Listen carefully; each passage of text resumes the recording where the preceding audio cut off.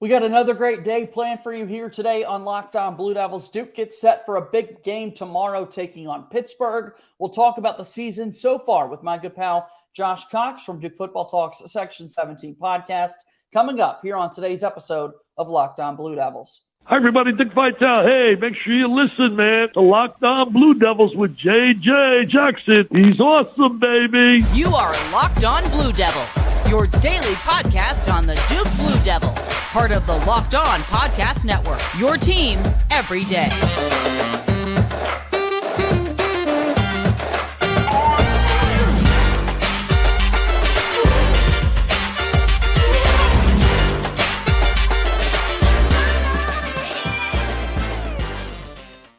Hello, everybody, and welcome into another episode of the Locked On Blue Devils podcast. My name is JJ Jackson, and it's so great to have you here with us on today's show. Hope that you're doing well on Tuesday, January 10th, 2022, one day closer to another Duke men's basketball game when the Blue Devils will take on Pitt from inside Cameron Indoor Stadium. If you haven't done so already, please be sure to subscribe to our podcast for free wherever you get your podcasts. Each and every weekday, we've got a brand new episode talking about things going on in the life of Duke athletics, and I want you to be a part of our journey. You can watch the show on YouTube as well each and every day as we continue to climb towards that big goal. 1,000 subscribers is going to do so much for the life of Duke Locked On Blue Devils, so please be sure to support us that way. Follow us on Twitter at LO_Blue Devils, and you can follow me on Twitter at _JJ_Jackson_. Without further ado, let me bring on my good buddy today from Duke Football Talks Section 17 podcast. Josh Cox is now here with us. Josh got to see another Duke men's basketball win over the weekend, which certainly is better than the result we saw midweek last week. Hope you're doing well, my friend. Yes, sir. JJ had a good weekend, man. Thanks for having me on. And yeah, we eked one out Saturday in Chestnut Hill. Yeah, not the best of showing from Duke. They defeated Boston College by 16 points at home, but going to BC in Chestnut Hill, only able to walk away with a 1-point victory. I got to go back to Wednesday, though. I mean, 6 days ago, this Duke men's basketball team was blown off the floor, 84-60, the final score for the Blue Devils against NC State. What did you think went wrong in Raleigh? You know, I mean, it seems like every couple of years we have a game where we literally no show. I mean, the big one that many Duke fans remember is back in 2009. We go to Clemson and we get absolutely just blown off the court. The same thing. It was like we were never there. And so this happens.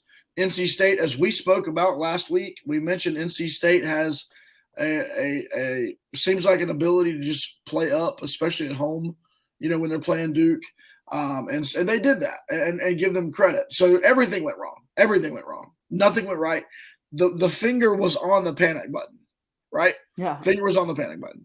We go to BC Saturday. I know we're going to talk about it. For a second there, with about under a minute to go, the finger got put right back on that panic button. And then, fortunately, we were able to pull it back just a tad.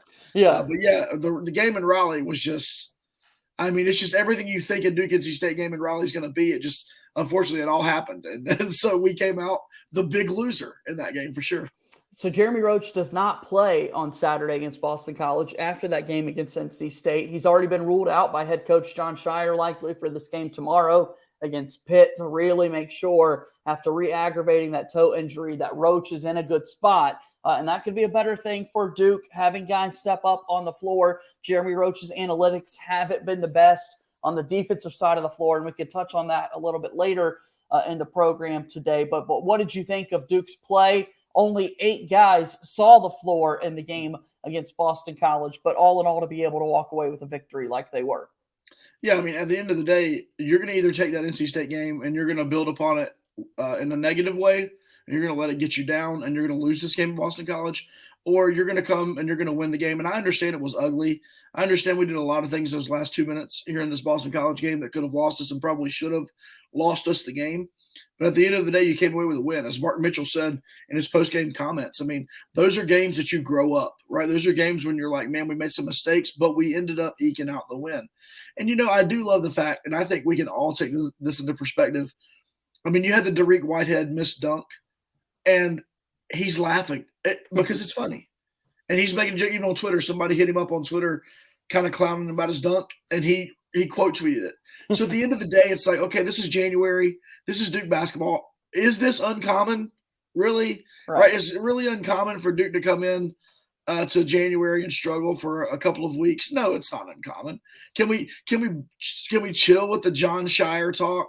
Like, Mike Krzyzewski struggled in January at Duke many, many years. So, you know what I mean? So at the end of the day, it's kind of like, the game is what it was. We got the win. I'd much rather win that game than lose that game. Let's move on. As far as if you're the team. It's so hard to win in college basketball, right? And Mike Krzyzewski is the greatest coach to ever walk up and down a sideline. He was there for 42 seasons and only won 5 national championships at the end of the day, which is absurd to think about any coach doing that. But I think more so that shows that you can't just win each and every year. This Duke team very well could prove us wrong and win a national championship in John Shire's first season. But all in all, it's really, really difficult night in, night out to be on your A game and that sort of thing. And Duke is still in a way better spot than many other programs should be. And I'm right there with you, Josh.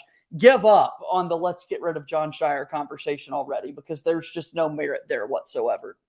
None. We're seeing, before the season started, every single Duke fan was like, hey, we got to be patient with this team. It's going to be a first-year head coach. We got all these freshmen, only one returner that actually played minutes. And here we are the first week of January, and we got people freaking out. It's like, guys and ladies, chill. Like, it's okay. Like, we literally said that. What do we have now? Is it 3 losses or 4? I think it's 4 losses. 4 losses. We're okay. It's all good. I mean, people are freaking out after the NC State game, talking about, are we going to make the tournament or not? It's like, guys, we're in the first week of January. We had 4 losses. It's okay. Like, anyway, the overreaction, it is a Duke fan specialty. And I will say this, as I cover a lot of Duke football, it crosses over. Duke football fan base and Duke basketball fan base. We are the overreaction kings. Positively and negatively. So. It's not something we want to be, yet no, we it are. Just is. We just, it is what it is. Tons of overreaction and that sort of thing. Let's talk about this Duke team specifically, some of the individual numbers that have stood out thus far, and we'll do that after our first time out here on today's episode of Locked On Blue Devils. Locked On Blue Devils is brought to you by our friends over at Built Bar. Are you looking for a delicious treat but don't want all the fat and calories? Then you got to try Built Bar. We just got through the holidays, and I know that my goal, like so many others, is to eat a little bit healthier this year. If you're like me, when you want to eat healthier but don't want to compromise taste, then, man, it's just hard to find the right things. Well, I have found the right thing, and it's Built Bar. With Built, healthy is actually tasty. The flavors are so good. They come in flavors like churro, peanut butter brownie, coconut almond, and so much more. Only 130 calories and 4 grams of sugar, a whopping 17 grams of protein. You got to make sure that you try this out. Go to Built.com, use our promo code LOCKEDON for all of the goodness that you want to have in your year here in 2023. Again, Built.com. Try our friends at Built Bar. Moving forward here on today's episode of Locked On Blue Devils, I'm JJ Jackson alongside my pal Josh Cox from Duke Football Talks Section 17 podcast. So, Josh, buddy, let's take a look at some of these individual numbers for Duke so far this season.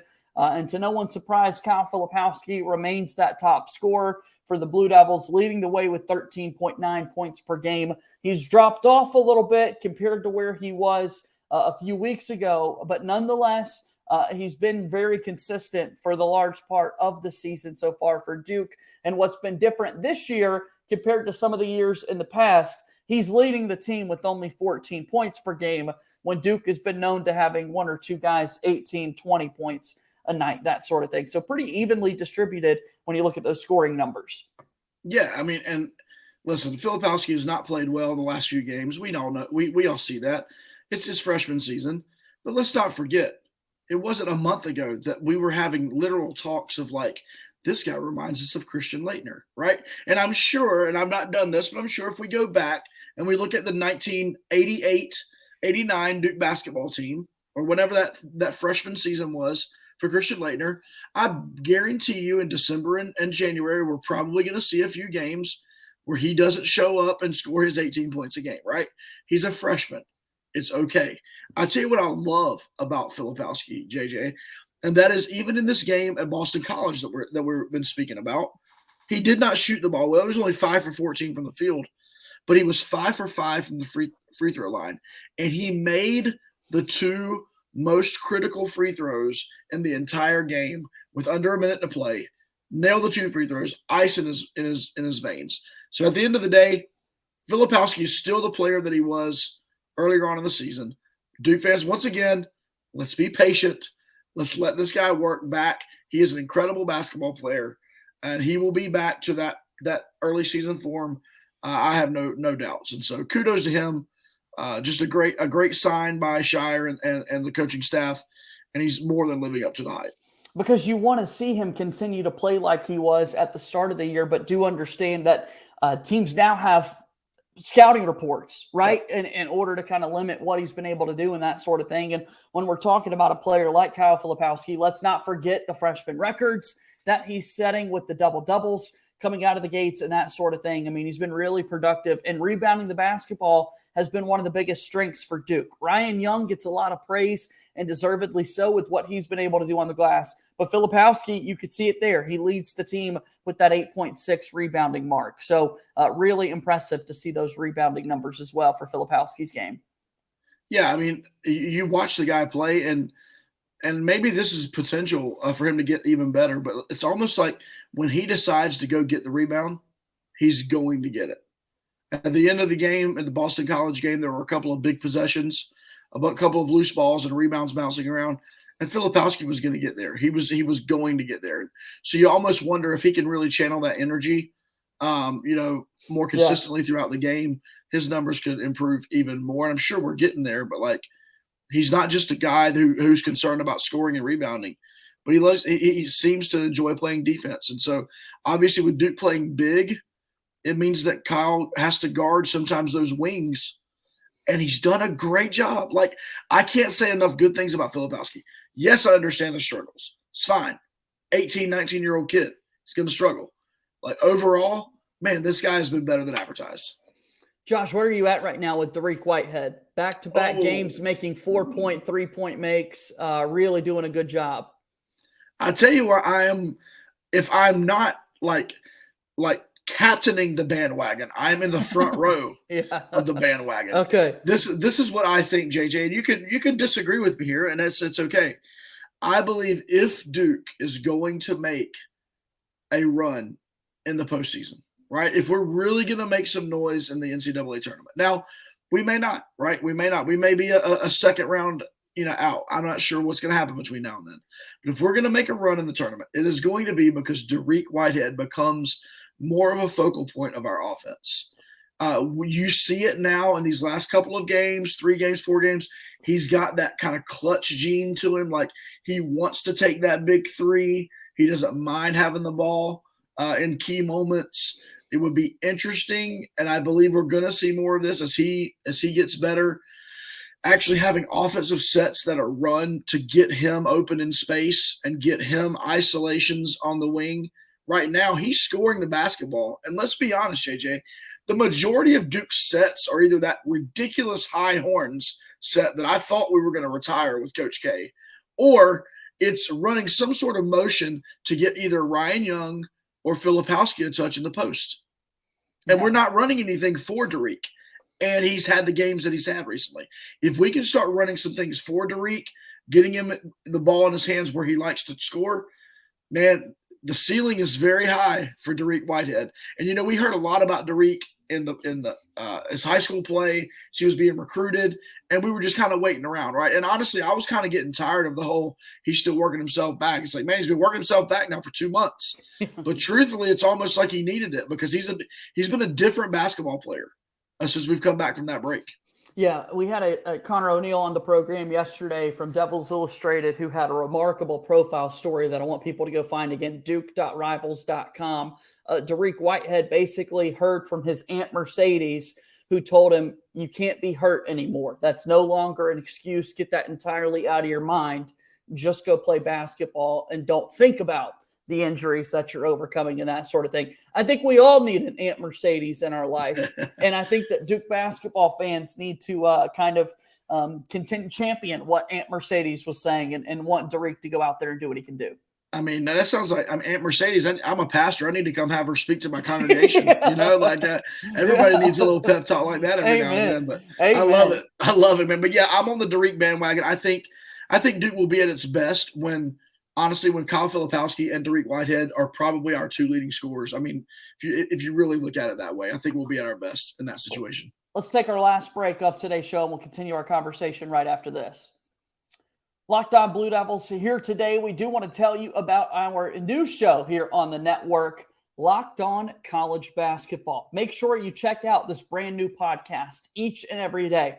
Isaac Shade and Andy Patton do a remarkable job giving everything that you need to know about college basketball in one place. Plus, you can hear from big name experts, insiders, coaches, and players. Locked On College Basketball, available on YouTube or wherever you get your podcasts. Moving forward here on today's episode of Locked On Blue Devils, I'm JJ Jackson alongside my buddy Josh Cox from Duke Football Talks Section 17 podcast. So, Josh, I got to know, tell me a little bit about the podcast for folks who might not be aware of it. Well, yeah, we are a football-forward podcast for Duke. I personally love talking Duke basketball, as you can tell. Yes. But as a podcast, we don't really acknowledge the fact that Duke has a basketball program. We are football only. So if you are a Duke football fan, or maybe you're a Duke basketball fan and you would consider yourself like a casual Duke football fan, if you'd like to learn more about the program and kind of see it on a deeper level, we try to bring a unique perspective to the Duke football program. We are media credentialed, so we have some behind-the-scenes access. So you have Connor on your show. We see Connor all the time surrounding Duke football as well. We get some unique access there, and then we try to bring it to you from a fan-forward perspective. And so DukeFootballTalk.com is our website. At Duke FB Talk is our Twitter handle. But we love to interact, and we're growing and heading to YouTube next year. If you're watching on YouTube, if you're watching this on YouTube, you can see you could call it my Garth Brooks. You could call it my Britney Spears. I'm not sure what you want to call it, but my wife, I'm using her equipment. She works from home, and evidently she's a truck driver. I didn't know that, but I'm using the truck driver gear. But we're going to be on YouTube next year, Duke Football Talk. So thanks, JJ, for letting me plug that. Absolutely. Be sure to check it out. They do a remarkable job with that show. So I want to talk a little bit more about this Duke team so far this season and taking a look at some of these numbers. Once again, you mentioned Connor O'Neill was on yesterday's show. I'd like to let people know again that our buddy Jason Jordan, the director of college basketball recruiting for Sports Illustrated and the Locked On's Recruiting Insider, is on the show tomorrow. And for this Duke basketball team, it's actually been two of the least recruited guys, the least heralded guys coming into the year when you talk about Ryan Young, the Northwestern transfer, and then Jalen Blakes, both with their counting stats and then the deep analytics have really been impressed with what they've done this season. I mean, it's remarkable. So when we heard Ryan Young was coming, right, the Duke fans were like, "Oh, Ryan Young is this year's Theo John." Right. And this is nothing against Theo John.